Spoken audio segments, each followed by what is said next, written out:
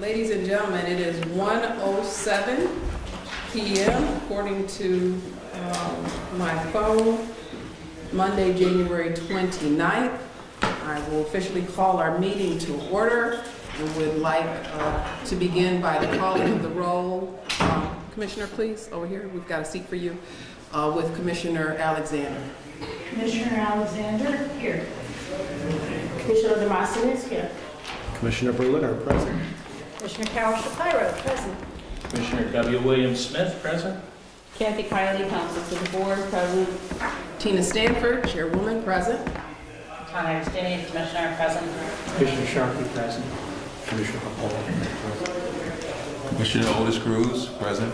Commissioner Drake, present. And Commissioner Davis, present. Also joining us from Board of Parole staff, please identify yourself for the record.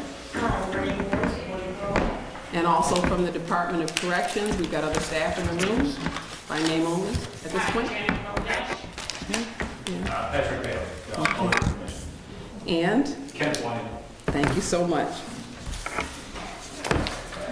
We've handed out the minutes from our last meeting, which was November 27th of 2017. If you would take this opportunity to review that, please. And while you all are doing that, I would like to welcome the public in attendance. Some of you we've seen before, some of you are new faces. We welcome you to our public meeting. Some of you may also realize that these are posted on the public safety page on YouTube, and so you're able to review and share with other members of the community the goings-on at our board business meetings. But we welcome you here in person. We recognize it must be a sacrifice of your time and energy to come and join us here at the Training Academy. We appreciate your presence and your interest in our work. Is anyone, let me know if you need more time to review the minutes. If anyone still needs a little bit of time, just give me a sign. And if not, I would entertain a motion with respect to these minutes at this time. Motion to accept the minutes. Okay. Is there a second? Second. Okay, motion made by Commissioner Agostini to accept the minutes, seconded by Commissioner Shapiro. Any further questions? Any discussion? All in favor, please indicate by saying aye. Aye. Are there any abstentions due to absence to note? Thank you. We have 2 abstentions for the record. Anyone against accepting these minutes? Okay, thank you very much. Motion is carried and these minutes are accepted.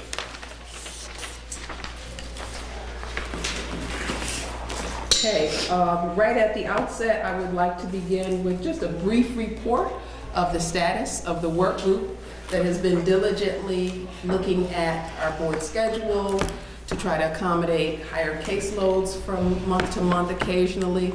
In just one moment, we've got a few more people joining us. We want to give them chairs so that they can sit. Just 1 second, sir and madam. We'll get you some seats.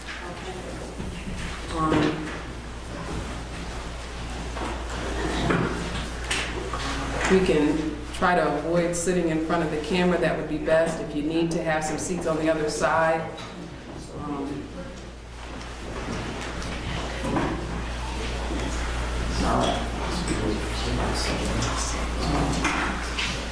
Please remind us who's a part of your work group and how many meetings you have had and where you're at so far. Sure. The members of the work group include Commissioners Agostini, Cruz,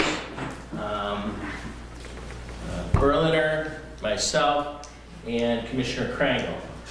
Commissioner Krangle's kind of been taking the lead on it. He did ask me just to go over a couple things today, and the majority of our documentation specialist, Commissioner Agostini, has been working with.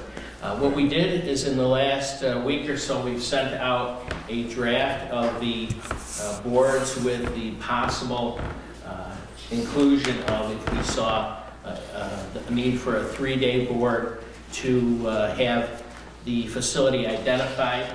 The majority of the board members felt, since we were on the road on Mondays, that we could possibly put that board on Monday versus on a Thursday. That would also allow for time to travel.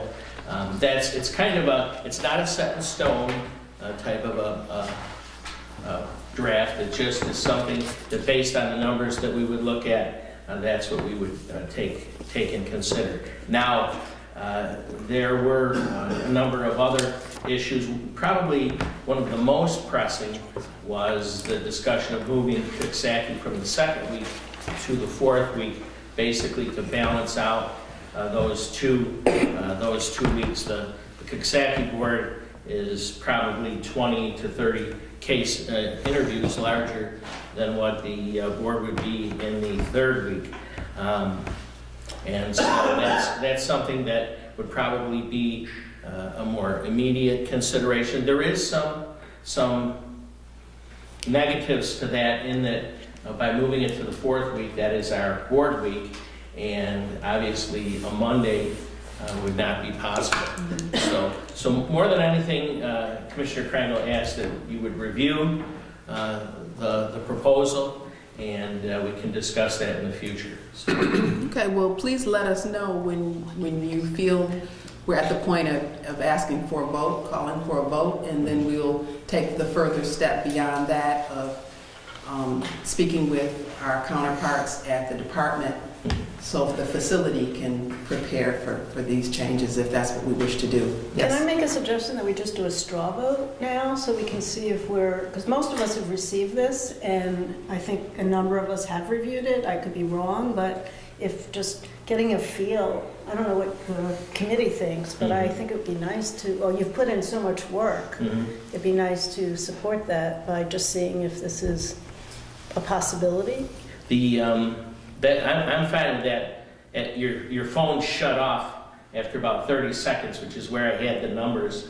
So right in the middle of this, to give you an idea, the Green Coxsackie board has been running 75 to 100 interviews, while the Upstate board has been running 45 to 50. Now, one of the advantages to moving it is that you're not really affecting the geography of it. Both of those are Albany boards. So, I know there's been some discussion. I'm fine, and I think to a large degree the committee had or the work group had a understanding of what would be the best thing to do. So sure. So Okay. will this vote need to be in two parts then, on the question of moving Coxsackie and on the question of agreement with the facilities that have been identified, possibly starting on Mondays when the numbers are above a certain threshold?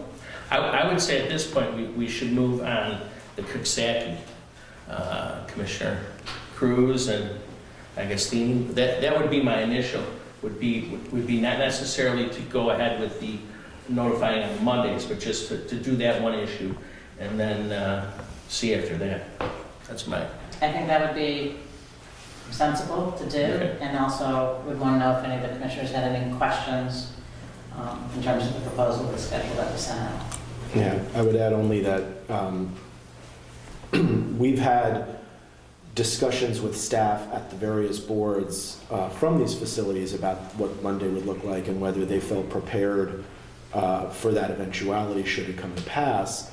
Excuse me, but in most cases that has been a staff level discussion, and probably before any formal vote is taken on whether to go to that scenario, we would want to get buy-in and approval from more senior docs folks.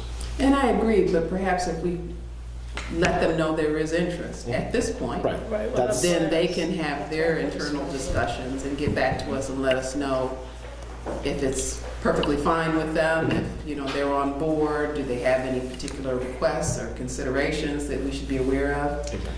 And then maybe we can have that further discussion by next month's meeting. Okay, Commissioner Cruz, anything to add? You good? Nothing, that's all. All right, so all in favor of moving the Coxsackie interviews to the following week, which would be week 4 of the board week, From 2 to 4. from 2 to 4. of the board month, please indicate by saying aye. Aye. Any abstentions? Any nays? Okay, so I will begin conversation, well, I will certainly notify the department about that change. We may not be able to see it in effect for this month certainly, but maybe by March. So I'll let you know as soon as I find out if it looks like something that's possible for the month of March. Shouldn't be a problem because it actually gives them more time to prepare and not less. So, but I'll let you know as soon as it's formal. Okay? Thank you all. In terms of items that were new business when we last met and now have become old business, I'd just like a little feedback on the training that was done by the department for us on the 18th. Anyone that was in attendance want to share their impressions of it? Yes, sir. I would like to say that I thought that the training was comprehensive, needed, and excellent. It provided myself and I trust that the other board members would concur with some insights as to what is exactly being offered at what facilities and what we could expect in terms of the processes of certificates and things of the like that have been, strong issues that we discussed during our interviews. So I was really, really interested and just engaged with the presentations of the various directors. It just seemed very needed, and it answered some questions that I had. Anyone else? And for the record, and for the public, we had a training given to us by many of the directors that are responsible for significant programs within the department. They came and they gave presentations on their programs within, under the umbrella of all the program services that the department offers, that the board interacts with that information for each interview. And I agree, it was very comprehensive, and the directors were well received, and we learned. Even some of us who've been here longer than others learned something that day. So I think it was a success in that respect, certainly. And we have another training coming up this Thursday, provided by the Downstate Coalition for Victims. And that should be an interesting training as well. And it will be another 3-hour training at least. And I appreciate those of you who are participating in that. I've decided, because the training from program services within the department was so successful, I'd want to do that at least once a year. And certainly if we have new board members, we'll have that presented again before the end of this year. So I hope to see you all by video or in person this Thursday for another good training. And then we'll be setting up additional trainings beyond that. I'd like to try to get at least one or maybe 2 done a month. One may be a lot, given the fact that the caseloads are such that it's Thursdays become critical days to get other office and board business done. So maybe 1 training day a month may be as much as we can accomplish presently. I want to also remind you that we have a membership that expired, the Association for Parole Authorities International. Our group membership expired in 2017. I think there were enough of us, I think you had to have at least 14 members to get a group membership and somewhat of a discounted rate. We were able to get information by email about conferences, webinars, things like that. I think it's a worthwhile group to be a part of. These are our colleagues from other states and in fact, internationally. And so I, for one, would like to be a member. If I have to be a member by myself and get an individual membership, I think it's worth it. But if we can get the group discount, I think it's worth it. And I can't remember now what we paid when it was $14 per person. I promise I'd get that information out, and I will do that before our next board meeting. But today we brought the membership applications for the other group that I shared information on, which is the New York State Minorities in Criminal Justice Incorporated. It started off just as a docs-only group that largely educates people within the department so that they can do better and grow professionally. They have seminars across the state. They have conferences. They have a big conference once a year and smaller conferences regionally.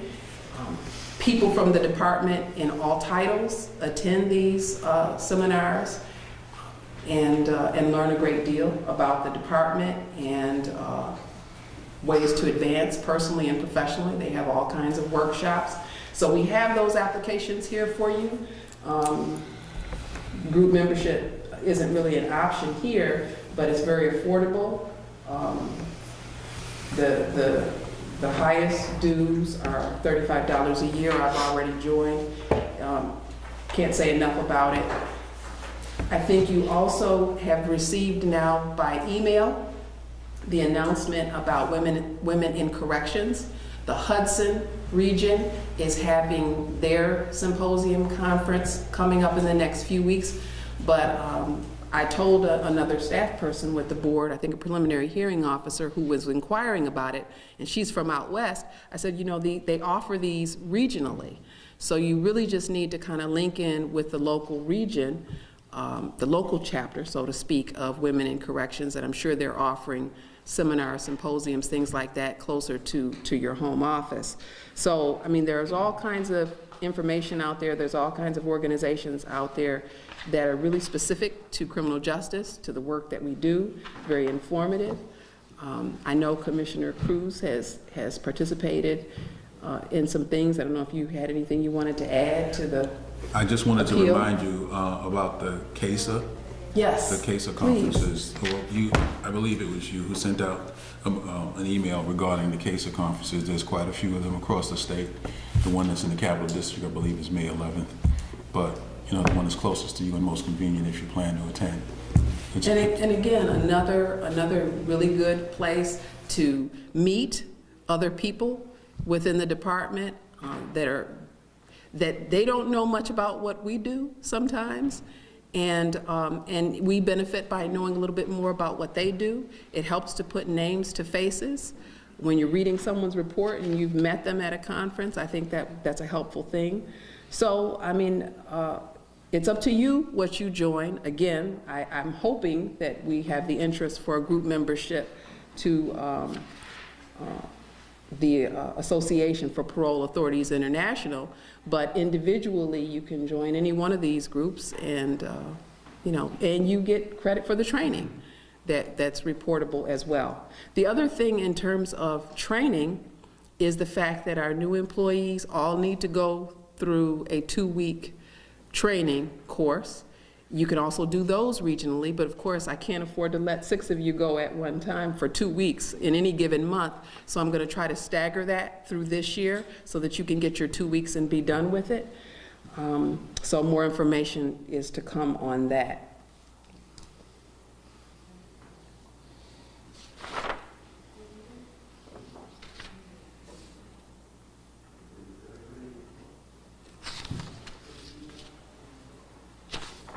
Is there any other old business that anyone is concerned about that I've neglected to mention at this point? Yes, sir. I had asked, I gotta speak low because I'm sick. But you have to also keep your voice up so that the people can hear you. I'll do the best I can. I'm barely able to be here. I had asked several months back, maybe a year ago, about whether or not when we recommend an inmate for an OMH review, if they are physically seen by an OMH. You recall that situation? You're talking about OMH, Yes, mental health. for a mental health So it's not evaluation. a physical.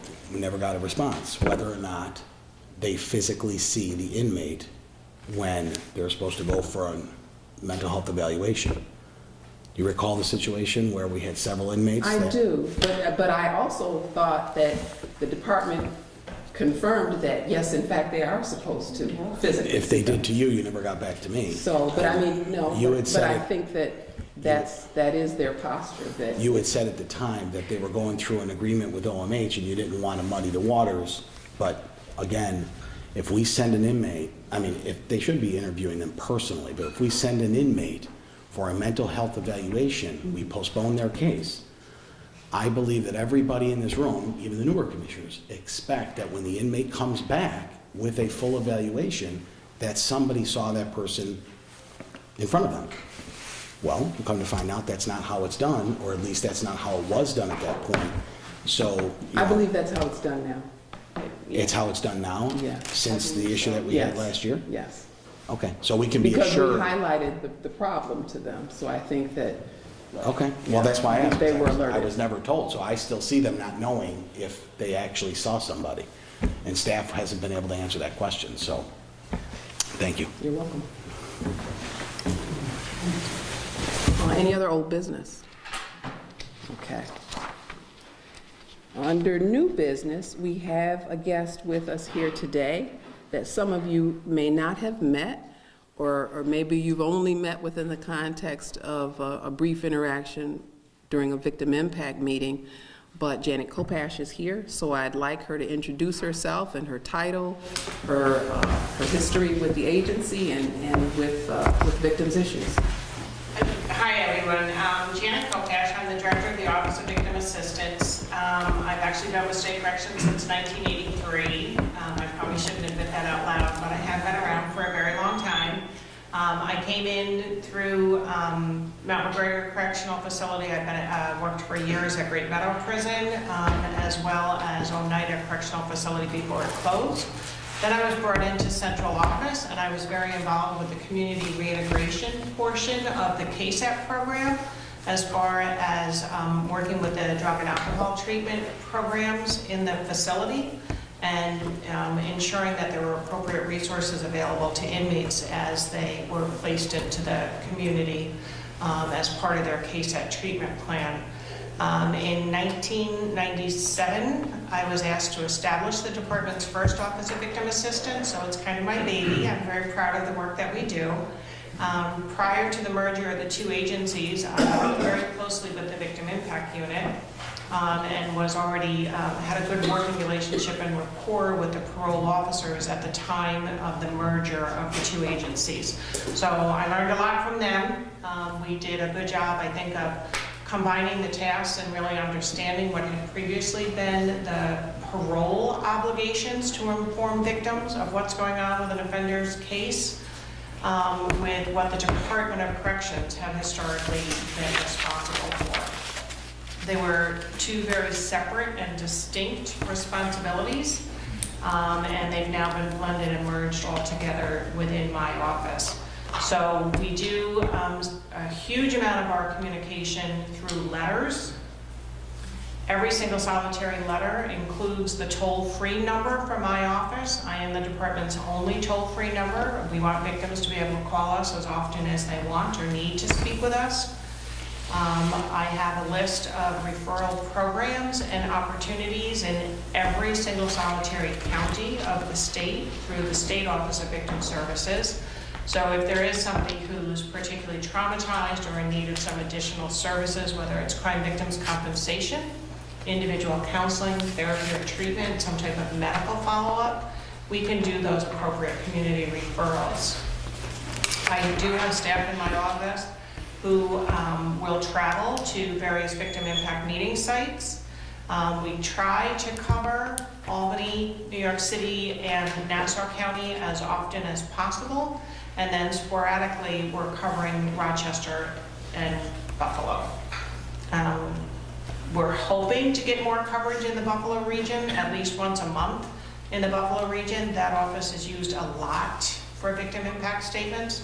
So the fact that it's utilized as heavily and as often as it is, and the victims don't get the same support and resources with my staff in attendance, really isn't fair to the victims simply because they're from that part of the state. So I am looking to remedy that and have staff travel out to the Buffalo office once a month so that the victims and the board members in that part of the state will have the same resources and availability to speak with members of my office. If anybody ever has any questions, don't hesitate to email me. I'm available by email. I have a BlackBerry or whatever you want to call it these days. And I'm happy to answer whatever questions you have. I work very closely with counsel's office and with the chairwoman. So if I'm scratching my head and not really sure what to do with the case, I know that both of them have always been available to me and more than willing to speak with me and to make sure that I'm clearly understanding what's going on with a particular case. So if anybody has any questions, hi. Hi, how are you? Good. We have not met. so- No, I'm Carol Shapiro. Nice to see you. Question I have is I think that seems that we're pretty good at dealing with stranger victim and heinous crimes. I'm wondering, because I do know from the research, is that families are often the first victims of someone's abuse, whether it be drugs, mental health, and I'm wondering if there's what capacity there is to address what I would call the, you know, really the silent majority of victims in the state, and just curious.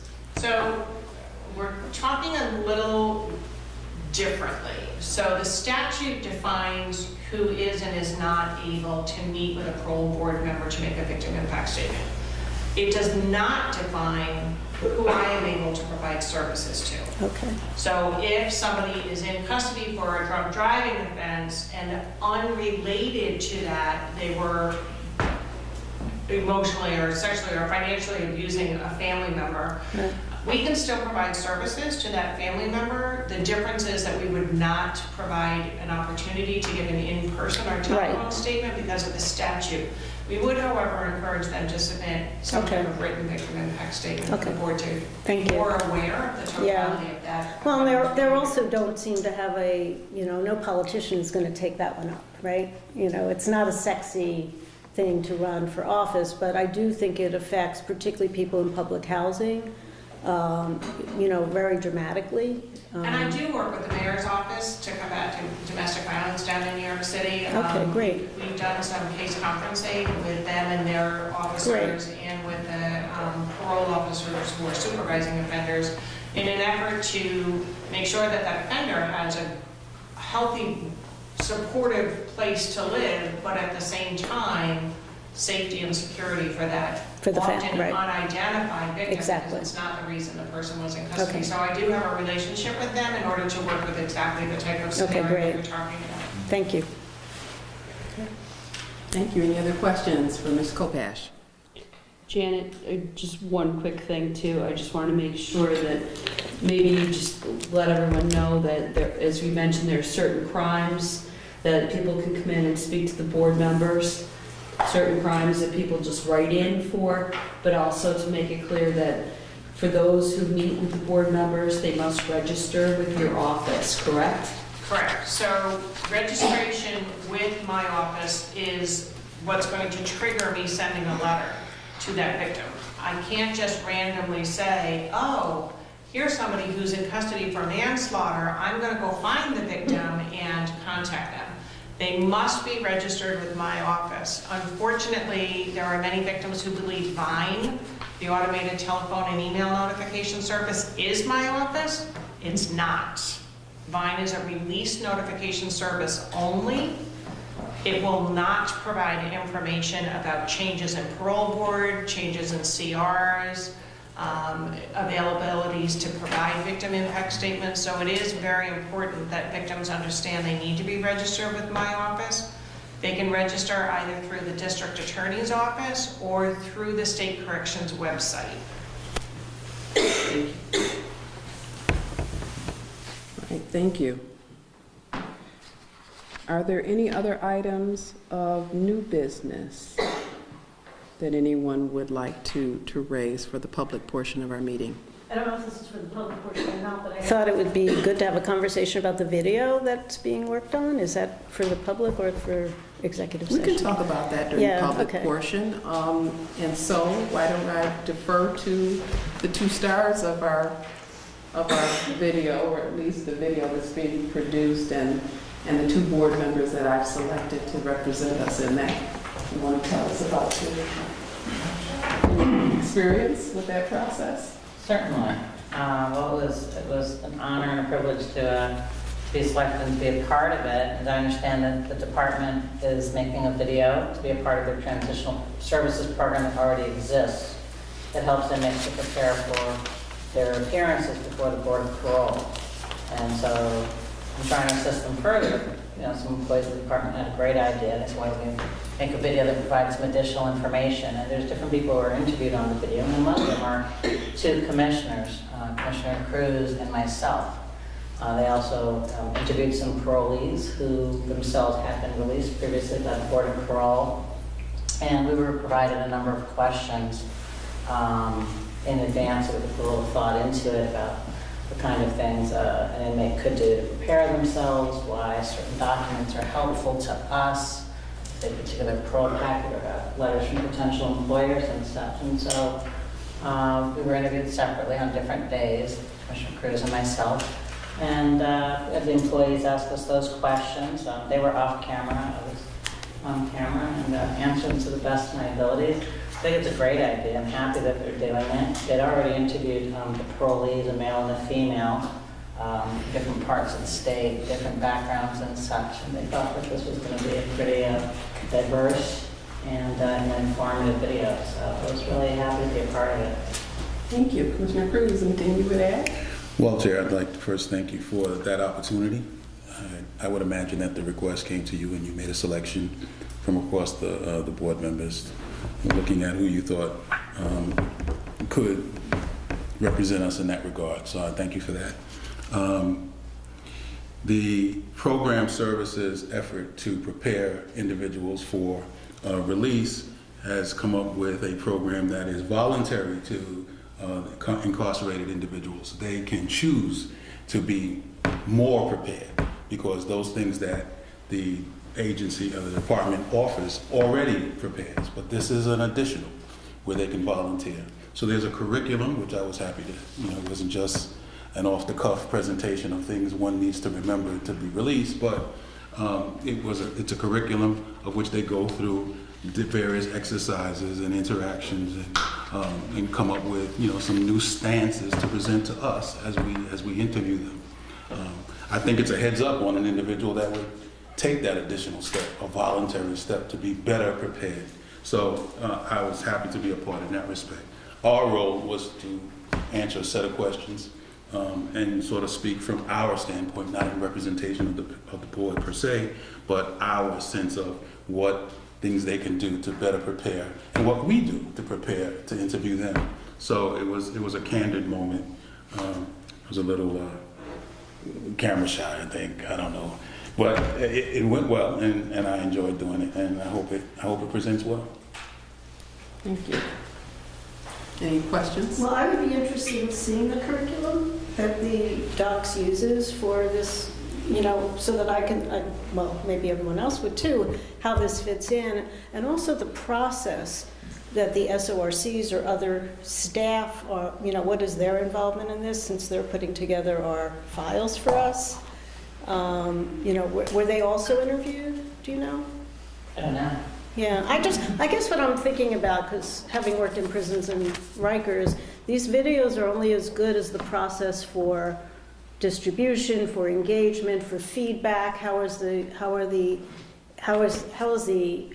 people viewing this, using it? Is it, I just feel like, is this just, obviously it's part of a bigger effort from docs, and I just think it would be helpful to understand that. And I'm a researcher at heart, so of course I'd want to know, is it really, what's going to be the difference, and how would we know, and is it available to everyone? What about people with mental health? What about people who are, under the broad bandwidth of sex offenses, where there's limited opportunities, or people who've committed serious, heinous offenses? Like, I just don't know, because you said it's voluntary. I'm just not clear on who's going to be the beneficiary and the process for rolling this out. Well, perhaps we can ask the person lead responsible, and I think it is Ms. Roldan Hart, who's over transitional services, and she did a presentation for us at our training. And you Then I weren't wasn't there. there. So, Great. so she did a presentation, Okay. and she did give some information about it. Not maybe to the level of detail that you're interested in, so perhaps we can have a discrete training and have her come in Very with the interested in that. curriculum, with the handouts, and talk a little bit more about it. Yeah. So if there's more broad interest in that, Okay. then certainly we can do an individual training, or we can I could connect you just to call her directly. Yeah, I could just, do something. So by let me myself. know, the rest of you, if you want more than you got at the training that we did. But in the meantime, you're certainly free to reach out to her directly. That would be great. And I think everyone got an electronic copy of the presentation. Right, I do have that. So you can identify hers, and I think her contact information may Okay. be at the end of that. Fantastic. Thank you. Do you know when it's going to be rolled out to the facilities? Well, I think they're already doing some form of it, just not with the video. Right. So the video will be an added piece, but they're already doing it. It's already Well, I know available. that they've been, because I've spoken to inmates who have actually taken part in other programs. I think facilities might have different programs depending on who's doing it. But no, I'd be curious to see the video for a couple of reasons. One is not really aware of what it says. And the second thing is there are often times that things happen during the interview process, and I don't want a candidate to ask me a question that I don't know anything about. So you may say, well, I watched this video that Commissioner Augustini or Commissioner Cruz was on, and I want to know what you think about that. I don't want to be caught off guard by not knowing what was in it. I see the look on your face. It's happened several times where inmates assume that we all do everything together and we all know everything that we're all thinking. I have had numerous, inmates ask me questions about other commissioners. I've had inmates ask me, Commissioner Ferguson's decision said this the last time I was here. Why do you think he said that? I don't know. Well- And it's not fair to them that I would sit there and act like I have no idea. So if I'm being asked something, I don't know what the questions were, I don't know what the responses were, I think it'd be better that we all see it so that if we are asked a question during an interview, we would at least know how to respond. Even if it's, I'm sorry, sir, I don't know, I didn't take part in that process.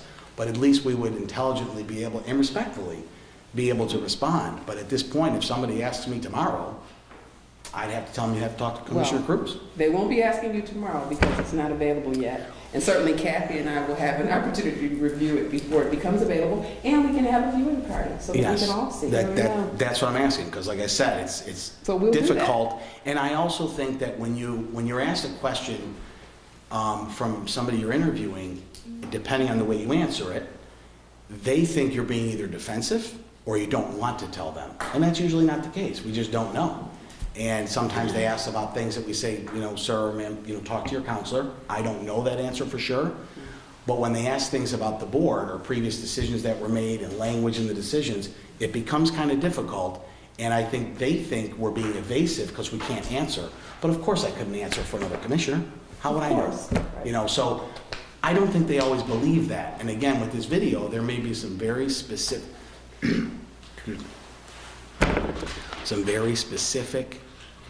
questions and answers from the two commissioners that I would look like I'm being evasive if I don't answer them.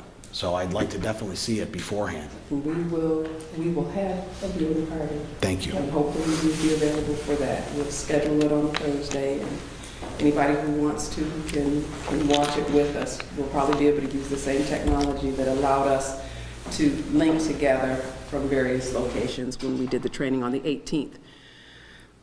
Any other new business? Any other questions? All right. At this point then, I do have just one letter to share.